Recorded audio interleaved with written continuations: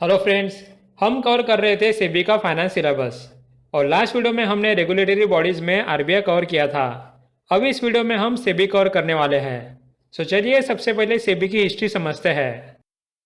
1980s में government को capital market grow होते दिख रहा था, इसलिए ज़्यादा फ्रॉड ना हो पूरा कैपिटल मार्केट में लोगों का कॉन्फिडेंस बना रहने के लिए गवर्नमेंट ने 1988 में securities and exchange board of India की नॉन स्टेटरी बॉडी निकाली। लेकिन नॉन स्टेटरी बॉडी रहने की वजह से उसके पास ज़्यादा पावर नहीं थी, इसलिए गवर्नमेंट ने 1992 में सेबी एक्ट निकाला और सेबी को एस्टेब्लिश किया। आज उसका हेडक्वार्टर आपको मुंबई में मिलेगा।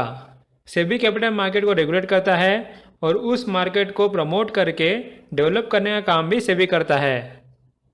So the Securities and Exchange Board of India was established on April 12, 1992 in accordance with the provisions of the Securities and Exchange Board of India Act 1992. Securities and Exchange Board of India was constituted under the resolution of the Government of India on 12th of April 1988. The head office of SEBI is situated at Mumbai. The functions of SEBI include regulation, development and promotion of securities market in India. Next हम देखते हैं कि सेबी के board में कौन कौन appoint होता है। सबसे पहले चेयरमैन होता है जिसे सेंट्रल गवर्नमेंट अपॉइंट करती है। उसके बाद सेंट्रल गवर्नमेंट के 2 ऑफिसर्स होते हैं। मोस्टली ये फाइनेंस मिनिस्ट्री से बिलोंग करते हैं। नेक्स्ट एक आरबीआई का मेंबर होता है, मोस्टली वो डिप्यूटी गवर्नर होते हैं। और लास्ट ही 5 मेंबर गवर्नमेंट नॉमिनेट करती है, जिसमें 3 वोल टाइम मेंबर्स होते हैं। ऐसे ये सारे 9 मेंबर सेबी के बोर्ड में होते हैं। यहाँ तक क्लियर है? So let's see what it says. The management of the board of SEBI consists of the following members: chairman, then 2 members from among the officers of the central government dealing with finance, then 1 member from the Reserve Bank, then 5 other members of whom at least 3 shall be full-time members to be appointed by the central government. The chairman of the SEBI is appointed by central government. अब friends हम सेबी के function समझेंगे। सबसे पहला तो वो investors को protect करता है। नेक्स्ट वो स्टॉक एक्सचेंज या बाकी सिक्योरिटीज़ के मार्केट को रेगुलेट करता है और यह देखता है कि सब मार्केट का डेवलपमेंट ठीक से हो रहा है या नहीं। अगला वो रिसर्च कंडक्ट करते हैं कि कैसे हम सिक्योरिटीज़ मार्केट को डेवलप कर सके। So to protect the interest of investors in securities market, then to promote the development of securities market, then to regulate the business in the stock exchange and any other securities market, and then to conduct research for efficient working and development of securities market. बस इतना ही नहीं friends, SEBI के पास और responsibilities होती है। अब जब हम सिक्योरिटीज़ मार्केट की बात करते हैं तो वहाँ बहुत सारे लोग इन्वॉल्व रहते हैं। For example broker, share transfer agents, उसके बाद trustees, registrar, merchant bankers, investment bankers, then portfolio managers, then foreign institutional investor या फिर क्रेडिट ट्रेडिंग एजेंसीज वगैरह। इन सब का रजिस्ट्रेशन सेबी के हाथ होता है। साथ ही इन सबको रेगुलेट करने का काम भी सेबी करता है।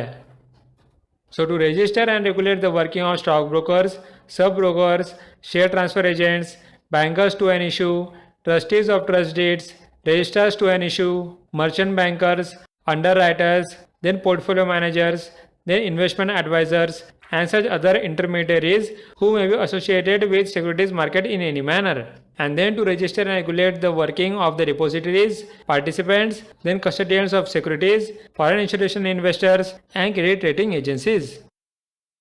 नेक्स्ट सिक्योरिटीज मार्केट में फ्रॉड पकड़ना और उन्हें पनिश करना सेबी की रिस्पॉन्सिबिलिटी है, और यह फ्रॉड कम होने के लिए सेबी को इन्वेस्टर्स को ट्रेनिंग या फिर अवेयर करना होता है, या जिससे वो फ्रॉड से बच सके। साथ ही सेबी को एक बड़ी समस्या को रोकना होता है, दैट इज इनसाइडर ट्रेडिंग। आपने इनसाइडर ट्रेडिंग कंसेप्ट न्यूज़पेपर में बहुत बार सुना होगा। सो चलिए मैं इसे थोड़ा एक्सप्लेन करता हूँ। इनसाइडर ट्रेडिंग ऐसा कंसेप्ट है जहां आपको कंपनी के बारे में ऐसी इंफॉर्मेशन मिल जाती है जो पब्लिक को पता नहीं रहती, इसलिए हम उसे बोलते हैं नॉन पब्लिक इन्फॉर्मेशन। ये इलीगल इसलिए है क्योंकि उसका फ़ायदा उठा के लोग आसानी से प्रॉफिट कमा सकते हैं। मैं आपको इनसाइडर ट्रेडिंग का एक एग्जांपल देता हूँ जिससे आपको ये कंसेप्ट अच्छे से समझ जाएगा। सोचो कि 2 कंपनीज है, एक ए और दूसरा बी। ए यहाँ कोई रेपुटेड कंपनी है और मार्केट में उसका बहुत नाम है, और यहाँ दूसरी कंपनी बी एक स्टार्टअप है जिसे शुरू हुए 2-4 साल हो गए हैं, लेकिन वो बहुत अच्छा काम कर रही है। आप सोचो कि किसी को पहले ही एक इन्फॉर्मेशन मिल गई कि कंपनी ए कंपनी बी को खरीदने वाली है, तो ऑब्वियस ही बात है कि कंपनी बी की वैल्यू खरीदने के बाद बढ़ जाएगी और उसके शेयर्स के प्राइस भी बढ़ जाएंगे। सो जिसके पास भी ये इंफॉर्मेशन होगी वो कंपनी बी के शेयर्स में 10 करोड़ इन्वेस्ट कर लेगा। और जब कंपनी ए कंपनी बी को एक्वायर करेगी तो लोगों को इस डील के बारे में पता लगेगा और लोग शेयर खरीदना शुरू करेंगे। तो उसके बाद वो कुछ ही महीनों में 10 करोड़ का इन्वेस्टमेंट बढ़कर 100 करोड़ या उससे भी ज़्यादा हो जाएगा। इसे हम कहते हैं इंसाइडर ट्रेडिंग। मतलब पब्लिक को इन्फॉर्मेशन मिलने से पहले उस इंफॉर्मेशन का फ़ायदा उठा के प्रॉफिट कमाना। क्लियर है? So let's see what are the next functions. So to prohibit fraudulent and unfair trade practices relating to securities market, then to prohibit insider trading in securities, then to promote investors education and training of intermediaries of securities market. Next security market में venture capitalist भी होते हैं जो छोटे innovative startups में invest करते हैं। उन्हें भी रेगुलेट करने का काम सेबी का होता है। और फ्रेंड्स, इन्वेस्टमेंट मतलब बस शेयर मार्केट ही नहीं होता, आप म्यूचुअल फंड्स पे भी इन्वेस्ट कर सकते हैं। सो उसे भी रेगुलेट करने का काम सेबी का होता है। साथ ही सिक्योरिटीज मार्केट में कुछ सेल्फ रेगुलेटिंग ऑर्गेनाइजेशंस होते हैं। अब आप सोचोगे कि ये सेल्फ रेगुलेटिंग ऑर्गेनाइजेशंस क्या है, या सेबी तो पूरा कैपिटल मार्केट रेगुलेट करता है, तो ये सेल्फ रेगुलेटिंग ऑर्गेनाइजेशन का क्या काम है? देखो friends, self regulatory organisations capital market का एक छोटा सा पार्ट रेगुलेट करता है। For example, mutual fund capital market का एक छोटा सा पार्ट है, तो उसे सेल्फ रेगुलेट करने के लिए एक ऑर्गेनाइजेशन है, that is association of mutual funds in India, amphi.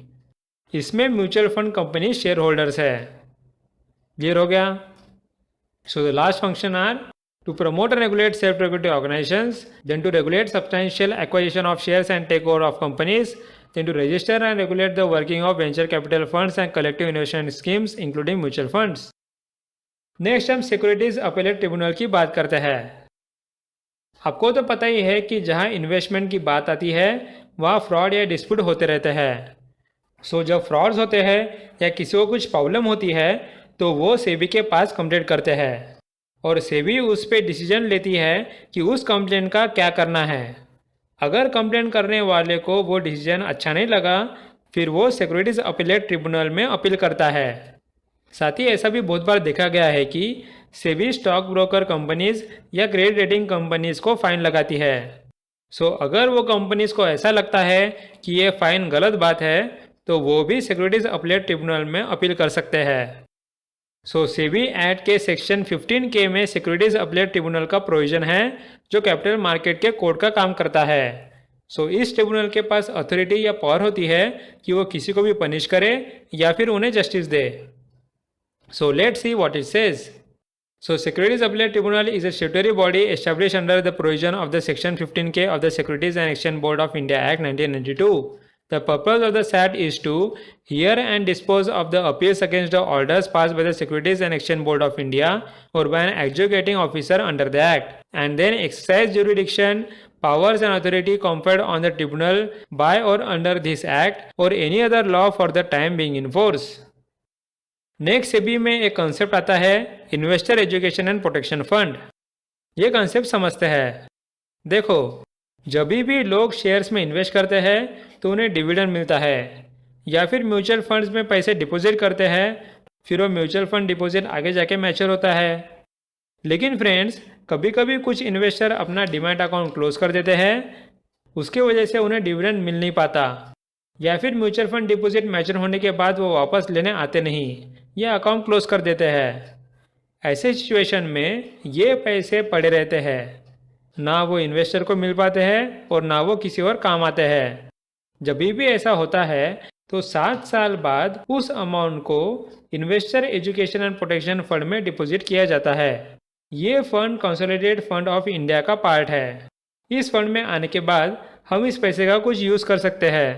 For example, हम यहाँ कस्टमर के अवेयरनेस के लिए ये फंड यूज़ कर सकते हैं, या फिर कैपिटल मार्केट में फ्रॉड होने की वजह से किसी का लॉस होता है तो फिर वो लॉस पे करने के लिए भी ये फंड यूज़ हो सकता है।